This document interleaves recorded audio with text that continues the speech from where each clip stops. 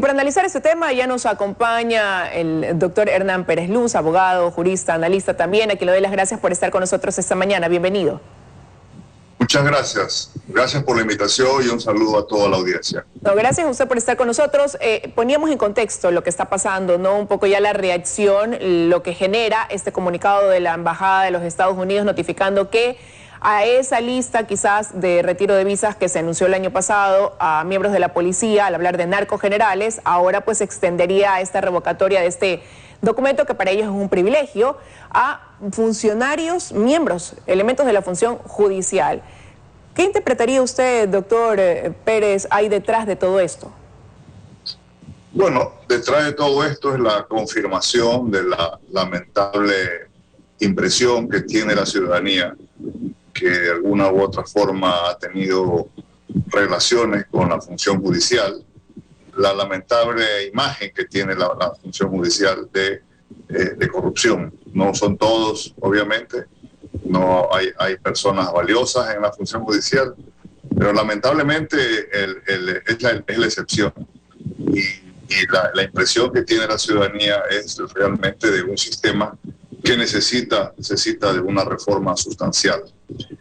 Y en ese sentido, la resolución, la decisión que ha tomado la embajada no hace sino, como le digo, confirmar esta lamentable mala imagen que muchos funcionarios judiciales contribuyen a crear en la ciudadanía y que hoy, de alguna manera, repito, ha sido confirmada por la embajada. Ahora, sin embargo, bueno, dice, ¿no?, en estos comunicados la embajada que el gobierno de los Estados Unidos realiza también este tipo de acciones dentro del marco de una lucha contra la corrupción y en ese sentido pues da avisos de estar apoyando al Ecuador en esa materia. Pero, ¿por qué no dar nombres? ¿Por qué revelar quizás una realidad a medias, ¿no? Porque así fue en el caso de la policía, ahora tampoco se dan estos nombres, sino que simplemente se contextualiza la acción. Porque, en primer lugar, porque la ley federal de los Estados Unidos prohíbe dar nombres en estos casos.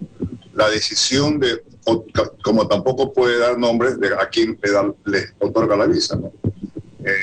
La decisión de otorgar visas o de revocarlas es una decisión soberana, unilateral de cada uno de los estados y tendrán sus razones para para revocar las visas.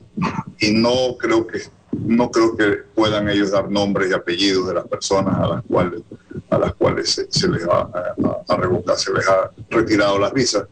Entre otros motivos porque probablemente no es que tengan pruebas contundentes 100%, no sean, pero sí existen serios indicios, que ya es bastante, serios indicios de corrupción. Entonces yo creo que hace bien la embajada simplemente decir, hemos retirado visas a ciertos jueces, o no sabemos si son muchos, del Ecuador, por razones de corrupción. Aquí lo importante, Liz, es que el tema de corrupción en el Ecuador no es tratado con mucha seriedad, excepto obviamente por las autoridades, por ciertas autoridades que están empeñadas en luchar, pero en general se cree que esto es un tema que no afecta, que es un tema superficial, es un tema que no es tan importante. Usted recordará que muchos políticos nos decían eso, de que hablar de corrupción en las elecciones no trae votos, porque al pueblo no le interesa la corrupción, le interesa es que haya pues trabajo, que tengan algo que comer, etcétera. Y eso se nos vendió por décadas. Y ahí está el resultado. El Ecuador ahora es uno de los países pues que tiene mayor índice de corrupción. Y entre esa corrupción, una buena parte, no toda, proviene de la función judicial, que repito, no todos están involucrados, pero sí es verdad que quienes de alguna manera tenemos que ver con la función judicial, nos damos cuenta, sentimos, percibimos que existen jueces y juezas en las que hay una seria eventos que lo llevan a uno a concluir que aquí hay corrupción. Muchas cosas que deciden estas personas son unas barbaridades legales, son unas cosas, unos absurdos legales. ¿Y por qué lo hacen? Porque están pues encubiertas, están de alguna manera pues están respaldadas por elementos superiores y entonces permiten este tipo de corrupción. Bueno, ahí está el resultado de esta cultura que hemos creado en el Ecuador de proteger o de minimizar la importancia de la corrupción. Bueno, y en base a su respuesta, doctor, pues ahí me surgen algunas inquietudes, ¿no? La primera, hablábamos de por qué no revelar los nombres, pero recordemos que en el 2006 hubo un retiro de una visa en un caso que sí involucró a un político en su momento y se dio a conocer el nombre, ¿no? Entonces eso llevaría a pensar de por qué en un caso sí, por qué quizás ahora no, cuando esta noticia tiene incluso un impacto mayor. Se ha hablado de narcos generales, ahora involucra a la función judicial. Y al involucrar esa función judicial, y usted decía, a lo mejor porque no en todos son confirmados, sino que hay indicios de esta vinculación con la corrupción. No solamente esto abarcaría a jueces, se hablaría de decenas, hasta un centenar de revocatoria de visas, donde también habrían abogados que ahora dicen, bueno, nosotros ejercemos la profesión y al momento de quizás defender a alguien que está dentro de un caso de corrupción no implica o no conlleva que uno sea tampoco un corrupto, ¿no? Pero como abogado es el ejercicio de la profesión. Liz, lamentablemente en el Ecuador eso no es así. Lamentablemente en el Ecuador, quizás a usted le va a llamar la atención, muchos abogados participan activamente en actos de corrupción y luego se escudan en la doctrina obviamente universal de que los abogados debemos defender a clientes. Pero lamentablemente en el Ecuador se ha tocado esos límites y participan, dan consejos activamente, trabajan mano a mano con narcotraficantes o con personas que trabajan o que tienen algún tipo de deseos de zanjar disputas comerciales por la vía más rápida y lamentablemente les digo, hay esa realidad. Yo creo que esa realidad la conoce la Embajada de Estados Unidos. Esta es una política, no es nueva, desde hace años. Desde hace muchos años tienen una política muy seria de no admitir en su país la visa de Estados Unidos, como la visa ecuatoriana, etcétera, no solamente de Estados Unidos. Como bien dice el comunicado, es un privilegio que otorga el país receptor de la visita a esta persona para que visite su país, lo conozca, etcétera. Viva ahí si quiere porque comienza un proceso quizás de residencia, etcétera. Pero Estados Unidos viene tomando muy en serio este tema de la corrupción. No, este es un problema de carácter simplemente de cada gobierno, de cada estado. Este es un problema que afecta internacionalmente. Hoy en día la corrupción se ha sofisticado, ¿verdad? Hay mecanismos internacionales complicados, difíciles, el lavado de activos se hace a nivel internacional. Es decir, una decisión de un juez o una jueza, por muy de primera instancia o por muy insignificante que sea en un remoto cantón del Ecuador, es y constituye un problema serio para el resto del país. Yo creo que lejos de ponernos en el lugar de estar pues especulando sobre esta situación, debemos pedir a las autoridades ecuatorianas que de una vez por todas pues inicie un trabajo serio, ¿verdad?, de capacitación. Mire, el bulto, digámoslo así, buena parte de los jueces que tenemos hoy en el Ecuador fueron seleccionados en la época del presidente Correa, y usted sabe, ese gobierno se caracterizó por un gobierno pues realmente donde había la corrupción se había convertido en un asunto diario y que nadie podía abrir la boca ni decir nada, ¿no? Pero usted ha mencionado que esto debe ser un llamado de atención también para la capacitación, refiriéndose a la parte de lo que tiene que ver con la función judicial, ¿no?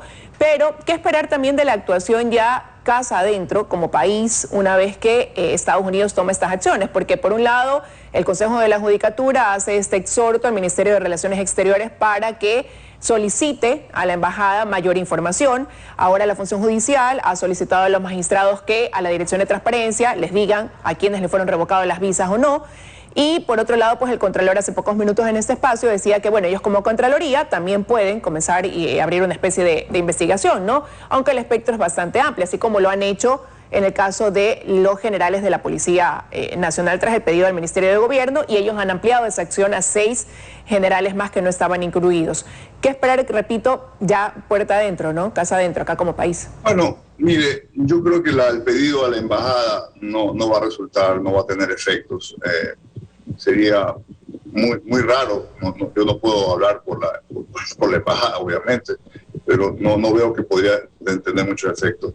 Sí, yo creo que las investigaciones que haga el Contralor, etcétera, pero lo importante, Liz, es que esto no se quede simplemente un episodio mediático, ¿verdad? No queremos ya de que esto se hagan ruedas de prensa o declaraciones o pedidos, sino que se comience a trabajar de una vez por todas en un sistema judicial que sea más profesional, que sea mucho más transparente.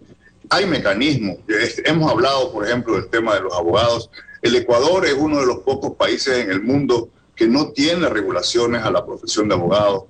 Vea, parecería absurdo que yo creo que necesitamos en el Ecuador los abogados tener reglas mucho más estrictas de conducta de las que tenemos hoy en día. Hoy en día prácticamente no existen esas reglas, o son muy livianas, muy frágiles, muy fáciles de circunvalar, etcétera. Bueno, hay varias cosas que se pueden hacer. La capacitación judicial, mejorar obviamente los ingresos, los sueldos de la función judicial es otro de los temas. Hay maneras, hay mecanismos, hay proyectos, podemos aprender de otros países. Bueno, no es algo imposible lo que quiero decirle. Mire, también necesitamos liderazgo. La Fiscalía General ha dado un vuelco de 180 grados con la doctora a la cabeza, estando ahí la doctora Diana Salazar, por ejemplo. Es decir, no son cosas que no podemos tener éxito en el Ecuador. No debemos tampoco creer que esto es imposible y que es una tarea titánica. No, es titánica, pero sí la podemos vencer en unión, esfuerzos de autoridades, de profesionales, de la academia. Es decir, este es un problema muy serio que tiene el Ecuador. El Ecuador no va a poder salir del marasmo económico. Podemos pasar las mejores leyes, podemos tener una recaudación del IVA muy interesante, Liz, pero el Ecuador tiene que crecer al 5, 7, 8% por años, por una década siquiera, y eso no se va a lograr si tenemos a jueces y a juezas corruptas. Lamentablemente hay que decirlo abiertamente, y ese es el problema que tiene el Ecuador, yo creo, más serio. Bueno, y lo cierto es que lo que sí queda claro es que hay un mensaje, ¿no? Aquí es que Estados Unidos está pendiente de lo que sucede en el país, investigando lo que sucede en el Ecuador, esa corrupción que ellos han establecido está en el sector público, pero que pudiera salpicar evidentemente al sector también privado, y así lo han manifestado. Quiero agradecerle, doctor, que haya estado con nosotros esta mañana analizando este importante tema para el país. Muchísimas gracias. Muchas gracias. Que tenga usted un buen día. Hasta aquí llegamos, amigos, con las entrevistas en los desayunos de 24 horas. Vamos a hacer una pausa pequeña para regresar las noticias.